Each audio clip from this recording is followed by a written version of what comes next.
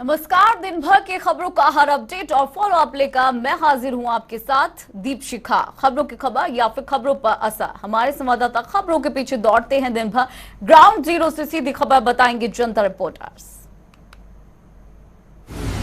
Tokyo Olympic में शुक्रवार का दिन भारत को बड़ा झटका लगा। दरअसल भारतीय पहलवान फ्री स्टाइल कुश्ती में बजरंग पूनिया की सेमीफाइनल मुकाबले में हार हुई और इस तरह वो गोल्ड और सिल्वर मेडल की रेस से बाहर हो गए। हालांकि उनके पास अभी भी ब्रॉन्ज मेडल जीतने का मौका बचा हुआ है। तो वहीं दूसरी तरफ प्रधानमंत्री नरेंद्र मोदी ने भारतीय महिला हॉकी टीम से फोन पर बातचीत की और खिलाड़ियों का मनोबल बढ़ाया। बजरंग पूनिया को लेग डिफेंस की कमजोरी के कारण बड़े स्तर पर एक बार फिर परेशानी का सामना करना पड़ा, जिससे शुक्रवार को वो 3 बार के विश्व चैंपियन हाजी अलीफ से पुरुषों के फ्री स्टाइल 65 किलोग्राम सेमीफाइनल में हार गए।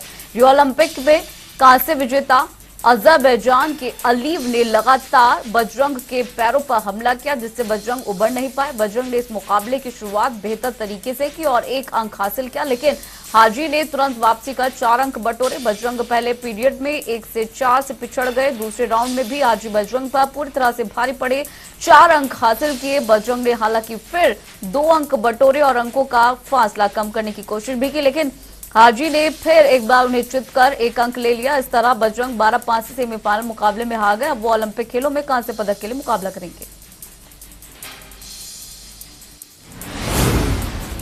टोक्यो में आयोजित ओलंपिक गेम में कांस्य पदक को लेकर टीम इंडिया भले ही आज ग्रेट ब्रिटेन से हार गई हो, लेकिन टीम इंडिया ने आज देश के करोड़ों लोगों का दिल जीत लिया है। सिरसा की खिलाड़ी सविता पूनिया और पूरी टीम का ओलंपिक में बेहतरीन प्रदर्शन रहा। सविता पूनिया के पिता महेंद्र पूनिया ने मीडिया से बातचीत करते हुए कहा कि टीम इंडिया का इस ओलंपिक में बेहतरीन प्रदर्शन रहा है। हार जीत मैच का एक पहलू होता है, लेकिन टीम इंडिया ने देश के करोड़ों लोगों का दिल जीता है। उन्होंने कहा कि टीम इंडिया आने वाले टूर्नामेंट को लेकर इससे भी ज़्यादा बेहतर प्रदर्शन करेगी। टोक्यो ओलंपिक में हॉकी के खिलाड़ियों ने शानदार प्रदर्शन किया है। दरअसल हॉकी महिला टीम पहली बार सेमीफाइनल तक पहुंची है, जबकि पुरुष हॉकी टीम 41 साल बाद पदक लाने में सफल रही है। इसी को लेकर केंद्र की मोदी सरकार ने बड़ा फैसला किया है। दरअसल खेलों के सबसे बड़े अवार्ड राजीव गांधी खेल रत्न का नाम बदल दिया है और उसे अब मेजर ध्यानचंद के नाम से जाना जाएगा। इसी को लेकर पीएम मोदी की सोशल मीडिया पर काफी तारीफ हो रही है। टोक्यो ओलंपिक में भारतीय पुरुष और महिला हॉकी टीम के प्रदर्शन के बाद प्रधानमंत्री नरेंद्र मोदी ने देश के सर्वोच्च खेल पुरस्कार खेल रत्नों को हॉकी के जादूगर मेजर ध्यानचंद का नाम देने का ऐलान किया। पीएम ने एक ट्वीट करके ये जानकारी दी। उन्होंने ट्वीट में लिखा, मेजर ध्यानचंद भारत के उन अग्रणी खिलाड़ियों में से थे जिन्होंने भारत के लिए सम्मान और गौरव लाया। लोगों की भावनाओं को देखते हुए इसका नाम अब मेजर ध्यानचंद खेल रत्न पुरस्कार किया जा रहा है।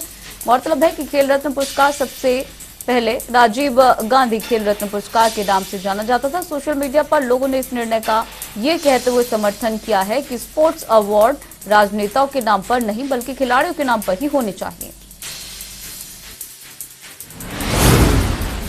देश के सर्वोच्च खेल पुरस्कार राजीव गांधी खेल रत्न का नाम बदलकर प्रधानमंत्री नरेंद्र मोदी ने अब इस अवार्ड का नाम मेजर ध्यानचंद के नाम पर रखने का ऐलान किया है। हरियाणा के मुख्यमंत्री मनोहर लाल ने केंद्र सरकार के इस फैसले का स्वागत किया है। सीएम ने कहा है कि किसी खिलाड़ी के नाम पर यह अवार्ड का नाम रखा गया है, मैं इसकी सराहना करता हूं। इसके अलावा हरियाणा के खेल मंत्री संदीप सिंह ने भी केंद्र सरकार और प्रधानमंत्री नरेंद्र मोदी का आभार जताया है। संदीप सिंह ने केंद्र सरकार से ये मांग की है कि मेजर ध्यानचंद को अब भारत रत्न भी दिया जाना चाहिए। संसद में गतिरोध लगातार देखने को मिल रहा है। विपक्ष पेगासस समेत अन्य मसलों को लेकर लगातार केंद्र सरकार को सदन के अंदर घेरने की कोशिश कर रहा है और विपक्ष के हंगामे के चलते फिलहाल संसद को सोमवार सुबह 11 बजे तक के लिए स्थगित कर दिया गया। वहीं आज कृषि कानूनों के खिलाफ प्रदर्शन कर रहे किसानों को समर्थन करने के लिए पूरा विपक्ष एकजुट नजर आया और इसी कड़ी में विपक्षी नेता जंतर मंतर पर पहुंचकर किसानों का समर्थन करते हुए भी नजर आए। हालांकि इस पूरे प्रदर्शन के दौरान, इस समर्थन के दौरान आम आदमी पार्टी, टीएमसी और बीएसपी इसमें शामिल नहीं हुए। इस दौरान कांग्रेस नेता राहुल गांधी ने कहा कि किसानों को समर्थन देने के लिए वह आज यहां पर आए हैं और सरकार को 3 काले कानून वापस करने ही होंगे, जिसके बाद यह आंदोलन खत्म होता हुआ नजर आएगा। वहीं सरकार की तरफ से भी इस पर प्रतिक्रिया निकलकर सामने आई और केंद्रीय कृषि मंत्री नरेंद्र सिंह तोमर बोले, किसान यूनियनों ने पहले ही स्पष्ट किया है कि वे किसी भी राजनीतिक दल को अपने आंदोलन में नहीं बुलाना चाहते हैं। ऐसे में यह वह परिस्थिति हो गई कि मान न मेहमान मैं तेरा मेहमान। इसके साथ ही केंद्रीय कृषि मंत्री नरेंद्र सिंह तोमर ने कहा कि वे सदन में हर मुद्दे पर चर्चा चाहते हैं, लेकिन विपक्ष के हंगामे के चलते सदन में चर्चा नहीं हो पा रही है। किसान संसद में भाग लेते हुए किसान नेताओं ने सरकार से C2 फॉर्मूले के तहत फसल खरीद की गारंटी की मांग की है। किसान नेताओं का कहना है कि खेती में लागत लगातार बढ़ रही है, क्योंकि खाद, बीज, कीटनाशक, डीजल और औजार के रेट हर साल बढ़ जाते हैं। इनका सरकार पर कोई भी कंट्रोल नहीं है, क्योंकि इनका उत्पादन कॉरपोरेट घराने करते हैं और वही इनका मूल्य भी तय करते हैं, जबकि किसान फसल पैदा करता है और इसका पूंजीवादी बाजार मूल्य तय करता है। 2022 में हो रहे विधानसभा चुनावों को लेकर उत्तर प्रदेश में ब्राह्मण वोटों के लिए सियासी संग्रह शुरू हो चुका है। साथ ही आपको बता दें कि बहुजन समाजवादी पार्टी में ब्राह्मणों को ध्यान में रखकर ब्राह्मण सम्मेलन की शुरुआत की गई है और बीएसपी की कर्ताधर्ता यानी कि सुप्रीमो मायावती पिछले वर्गों के लिए अलग से जनगणना की मांग पर ये कहा है, अगर केंद्र सरकार उनके खिलाफ या उनके साथ कोई अच्छा कदम उठाती है तो वह संसद के अंदर और बाहर उनका समर्थन करेंगी। शहीदों के सम्मान में बीजेपी ने निकाली तिरंगा यात्रा। जगाधरी विधानसभा में शहीद सम्मान तिरंगा यात्रा बीजेपी के द्वारा निकाली गई, जिसका नेतृत्व शिक्षा मंत्री कंवरपाल गुर्जर ने किया। वहीं बीजेपी के प्रदेश अध्यक्ष ओपी धनखड़ भी इस कार्यक्रम में पहुंचे और तिरंगा यात्रा के अंदर उन्होंने युवाओं का उत्साह बढ़ाया और बताया कि किस प्रकार से वीर बलिदानियों के बलिदान से आज हम खुली हवा में सांस ले रहे हैं। वहीं उन्होंने कहा कि पूरे प्रदेश की हर विधानसभा के अंदर 1 अगस्त से ये तिरंगा यात्रा शुरू हुई है और 15 अगस्त तक हर विधानसभा के अंदर ये तिरंगा यात्रा निकाली जाएगी और जगाधरी में आज ये तिरंगा यात्रा निकाली जा रही है। साथ ही उन्होंने बताया कि ये यात्रा आज प्रताप नगर से शुरू हुई थी और जगाधरी के विभिन्न इलाकों से होते हुए इसका समापन फिर से प्रताप नगर में हुआ है। वहीं उन्होंने कांग्रेस पर निशाना साधते हुए कहा कि बीजेपी जिस प्रकार से शहीदों का सम्मान कर रही है, वहीं कांग्रेस ने शहीदों के नाम को छुपाने का और उनके इतिहास को छुपाने का काम किया है, लेकिन बीजेपी द्वारा हर शहीद का सम्मान किया जा रहा है ताकि हर किसी को उनके बलिदान के बारे में पता लग सके। फरीदाबाद के 84 पाल के ऐतिहासिक गांव तिगांव में आज विशाल तिरंगा यात्रा का आयोजन किया गया। आपको बता दें कि भाजपा द्वारा 1 अगस्त से 15 अगस्त तक शहीदों के सम्मान में इस तिरंगा यात्रा का आह्वान किया गया है। स्थानीय विधायक राजेश नागर द्वारा आज उनकी अगुवाई में यह तिरंगा यात्रा आयोजित की गई। इस मौके पर भाजपा के जिलाध्यक्ष गोपाल शर्मा सहित तमाम जो 36 बिरादरी के लोग थे, उन्होंने शहीदों को जहां नमन किया, वहीं साथ साथ तिगांव के ऐतिहासिक जीतगढ़ शहीद स्मारक पर जाकर शहीदों को श्रद्धांजलि दी। इस मौके पर भाजपा विधायक राजेश नागर सहित तमाम जो लोग थे, उन्होंने शपथ ली कि पंचकुला में आज हरियाणा के गृह मंत्री अनिल विज द्वारा औचक निरीक्षण किया गया। पुलिस थाने में इस रेड से पुलिस प्रशासन में हड़कंप मच गया। न केवल उन्होंने रेड की बल्कि 4 पुलिसकर्मियों को सस्पेंड करने के आदेश दिए हैं। इसमें सेक्टर 5 थाना प्रभारी ललित कुमार भी शामिल है, जिनको थाने के रखरखाव ठीक ना होने को लेकर और जो शिकायत पेंडिंग पड़ी थी उन पर कार्रवाई ना करने के चलते ये आदेश जारी किए गए हैं। इसके अलावा उन्होंने रोज नामचा रजिस्टर और जो हाजिर रजिस्टर है उसे भी चेक किया और उसमें जिस तरह की लापरवाही सामने आई और जिस तरह कमियां सामने आई, जो लोग हाजिर नहीं थे उन पर भी कार्रवाई करते हुए उन्होंने 4 पुलिसकर्मियों को सस्पेंड करने के आदेश दिए हैं। हिमाचल प्रदेश के विधानसभा के मॉनसून सत्र के 5वें दिन की कार्रवाई बहुत ही शांतिपूर्ण तरीके से संपन्न हुई। हालांकि ऐसे कुछ मुद्दे जरूर थे जिसमें सत्ता पक्ष और विपक्ष की तरफ से जो है तन्नी कसे गए और बयानबाजी की गई। और अब देखना ये होगा कि सोमवार को होने वाली कार्रवाई में किस तरीके से किन किन मुद्दों पर बात की जाती है, क्योंकि विधानसभा के मॉनसून सत्र की जो कार्रवाई है हिमाचल प्रदेश के, वो सोमवार तक के लिए स्थगित की गई है। और अब ये देखने वाली बात है कि सोमवार को क्या विधानसभा के मॉनसून सत्र की कार्रवाई शांतिपूर्ण तरीके से संपन्न हो पाती है। रिजर्व बैंक ऑफ इंडिया ने अपनी द्विमासिक मौद्रिक नीति की समीक्षा के दौरान रेपो रेट में कोई बदलाव नहीं किया है, तो वही रेपो रेट अभी 4% पर है। तो वही दूसरी तरफ रिवर्स रेपो रेट अभी 3.35% पर बना हुआ है। तो वही आपको बता दें कि रिजर्व बैंक ऑफ इंडिया के गवर्नर का कहना है कि कोरोना की दूसरी लहर की वजह से इकोनॉमी में काफी उछाल देखने को मिला है। साथ ही सप्लाई और डिमांड का बैलेंस भी काफी बिगड़ा हुआ है, जिसे भी धीरे धीरे ठीक किया जा रहा है। डीएमआरसी ने मेट्रो यात्रियों के सफर को अब और आसान बना दिया है। दरअसल डीएमआरसी ने पिंक लाइन में एक खंड की शुरुआत की है, जिसका उद्घाटन केंद्रीय मंत्री हरदीप पुरी और मुख्यमंत्री केजरीवाल ने किया। आपको बता दें कि पिंक लाइन अब सबसे लंबी मेट्रो लाइन बन गई है, वहीं जिससे अब गुरुग्राम, फरीदाबाद, नोएडा और गाजियाबाद के यात्रियों का सफर और आसान हो गया है। पूरी दुनिया में कोरोना वैक्सीन की बूस्टर डोज देने को लेकर बहस छिड़ गई है। इसी बीच विश्व स्वास्थ्य संगठन के प्रमुख ने सितंबर तक बूस्टर डोज पर रोक लगाने की अपील की है। उन्होंने कहा कि इससे हर देश की कम से कम 10% आबादी का वैक्सीनेशन हो सकता है। साथ ही WHO प्रमुख ने कहा कि अमीर देशों और गरीब देशों में वैक्सीनेशन के प्रतिशत में जमीन आसमान का अंतर है और इसी अंतर को कम करने के लिए बूस्टर डोज पर रोक लगाना जरूरी है। देश में कोरोना महामारी की तीसरी लहर ने दस्तक देना शुरू कर दिया है। दरअसल अगस्त के महीने में लगातार कोरोना के मामले में इजाफा देखने को मिल रहा है। तो वहीं पिछले 24 घंटे की बात करें तो पिछले 24 घंटे में करीब 44,000 नए मामले सामने आए हैं। वहीं मौत के आंकड़ों की बात करें तो पिछले 24 घंटे में 464 लोगों ने अपनी जान कोरोना से गंवा दी है। अगर बात करें केरल की तो केरल में लगातार 22,000 नए मामले सामने आ रहे हैं। तो वहीं कोरोना संक्रमित होने की वजह से 117 लोगों ने अपनी जान गंवा दी है। तो हिमाचल प्रदेश में लगातार कोविड के मामले बढ़ने के साथ साथ ही नई गाइडलाइंस, नई SOP जारी की गई है जिला प्रशासन द्वारा, और उसी के चलते अगर बात की जाए तो हम पहुंचे हैं हिमाचल पंजाब सीमा पर स्थित महतपुर बॉर्डर में, जहां पर आप देख सकते हैं कि मेरे पीछे जितनी भी गाड़ियां आ रही हैं यहाँ पर जो है उनको कोविड टेस्ट रिपोर्ट वहाँ पर देखी जा रही है, और साथ में उनको SOP के तहत जो गाइडलाइंस हिमाचल सरकार ने, जिला प्रशासन ने जारी की गई है, उनका पालन करने का की बात भी यहाँ पर उनके साथ जो है वो साझा की जा रही है। जम्मू कश्मीर के राजौरी जिला के पंगाई टाप थाना मंडी इलाके में इस समय आतंकवादी और सुरक्षा बलों के बीच में मुठभेड़ जारी है।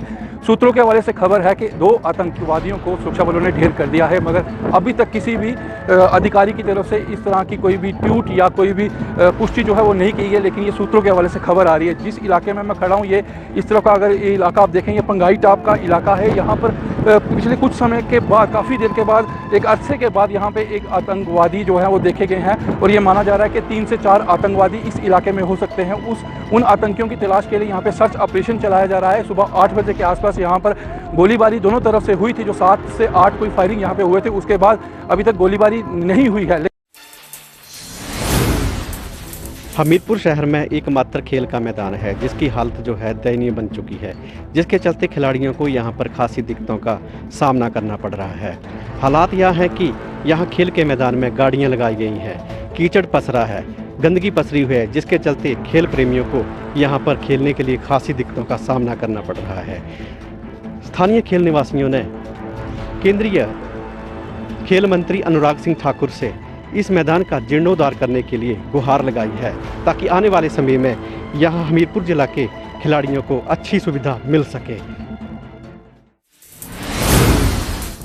कुश्ती को ओलंपिक खेलों में शामिल किए जाने के बाद अखाड़े के पुराने व नए पहलवानों में खुशी का माहौल था, लेकिन अभी तक ओलंपिक में कुश्ती के खेल में गोल्ड मेडल नहीं जीत पाने का दर्द व टीस उनके चेहरे पर साफ नजर आती है। ज़्यादातर पहलवानों का मानना है कि पहलवान के शुरुआती दिनों की ट्रेनिंग में अगर सरकारी सुविधाओं का अभाव ना हो तो वह ओलंपिक जैसी बड़ी प्रतियोगिताओं में भी गोल्ड मेडल जीत सकते हैं। पहलवानों का मानना है कि ज़्यादातर उभरते हुए पहलवान ग्रामीण व मध्य वर्गीय परिवारों से आते हैं, जिनके पास सुविधाओं का अभाव होता है, जिसके चलते कहीं ना कहीं पहलवानी के शुरुआती सालों में आर्थिक तंगी के कारण उन्हें अच्छी ट्रेनिंग नहीं मिल पाती, खाने पीने की सुविधाएं नहीं मिलती, जिसका परिणाम यह होता है कि पहलवान अपने दम पर ओलंपिक के फाइनल तक तो पहुंच जाता है, लेकिन कहीं ना कहीं सुविधाओं का अभाव होता है जो उसे ओलंपिक में गोल्ड मेडल जीतने से चूक करा देता है।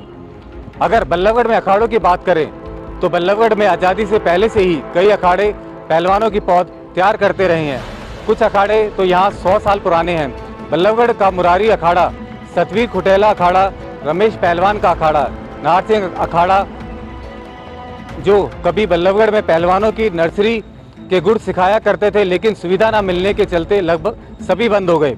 आज केवल लीलू पहलवान का अखाड़ा ही पहलवान के दंगलों में दावपेच दिखाकर बल्लभगढ़ का नाम रोशन कर रहा है, लेकिन वह भी अपने अस्तित्व को बचाए रखने की कोशिश कर रहा है सुविधाओं के अभाव में। अब देखने वाली बात यह है कि सरकार यहाँ कितना सुविधा मुहैया करा पाती है ताकि आने वाले समय में यहाँ पहलवानों की जो पौध है वो तैयार हो सके और पहलवानों के अस्तित्व को बचाए रख सके।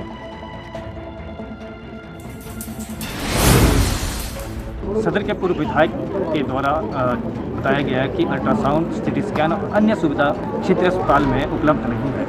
उसको लेकर इन्होंने आज यहाँ पर धरना प्रदर्शन दिया है। उनका कहना है कि अगर जल्द से जल्द प्रशासन इन समस्याओं को हल नहीं करता है तो आने वाले समय में उग्र आंदोलन किया जाएगा।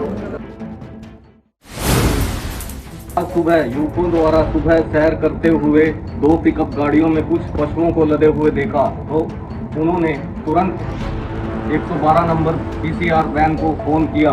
तभी कुछ ही देर बाद पीसीआर वैन वहां पर आ गई, मौके पर पहुंच गई तो उन्होंने गाड़ियों को रोक कर देखा, उसमें पशुओं को ठूस कर भरा हुआ था। तो ड्राइवर से पूछताछ में पता लगा कि ये दोनों गाड़ियां हिमाचल से पशुओं को भरकर यूपी के लिए ले जाई जा रही थी।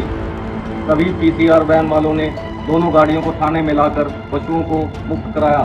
जब उसमें देखा तो उसमें 22 पशु ठूस कर भरे हुए थे। अब पुलिस इस मामले की जांच में जुट गई है। भले ही हरियाणा सरकार आम लोगों को कार्यालय में बिजली विभाग में सुविधाएं देने का दावा कर रही हो, लेकिन मुख्यमंत्री और बिजली मंत्री के दावे नारनौल के एसडीओ ऑफिस में खोखले साबित हो रहे हैं। मैं हूं इस समय नारनौल के एसडीओ बिजली ऑफिस में। आपको दिखाता हूं कि ना ही तो यहां पर एसडीओ है और ना ही अन्य काफ़ी कर्मचारी। ये एसडीओ की नेम प्लेट है। बाहर पीएनआई से बात करते हैं। एसडीओ साहब नहीं है सर, काम से गए हैं। कहाँ पर गए हैं? एसी ऑफिस से काम से। कल भी नहीं थे, आज भी सर 3 जगह का चार्ज है साहब के पास।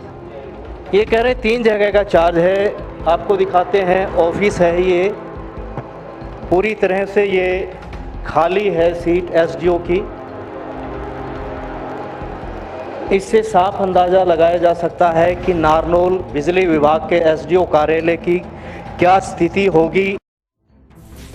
जैसे कि आपको पता है शिवरात्रि है। शिवरात्रि के दिन जो है सुबह 4 बजे से जुलाना के प्राचीन मंदिर में है जो लोग हैं उनकी भीड़ यहाँ पर लगी हुई है और उचित दूरी बनाकर लोग जो है अपनी पूजा पाठ यहाँ पर कर रहे हैं। शिवरात्रि के दिन आज हम जुलाना के जो ऐतिहासिक पुराना जो मंदिर है उसके आगे हम यहाँ पर खड़े हैं और काफ़ी संख्या में, हजारों की संख्या में जो भक्त हैं यहाँ पर आज सुबह से पूजा पाठ कर रहे हैं। हम आपको बता दें ये जुलाना का एक प्राचीन शिव मंदिर है जहाँ हर साल इसी तरह भीड़ लगती है। जहाँ पर भीड़ को नियंत्रण करने के लिए बाकायदा प्रशासन द्वारा यहाँ पुलिस का भी इंतजाम किए गए हैं। उसके साथ साथ यहाँ गेट के ऊपर सैनिटाइजर का इस्तेमाल यहाँ किया जा रहा है। लोगों को उचित दूरी बनाकर यह पूजा पाठ की सलाह दी जा रही है और काफी संख्या में जो भक्त हैं इस वक्त यहाँ पूजा के लिए पहुंच रहे हैं। चलिए फिलहाल रुकिए छोटे से ब्रेक के लिए।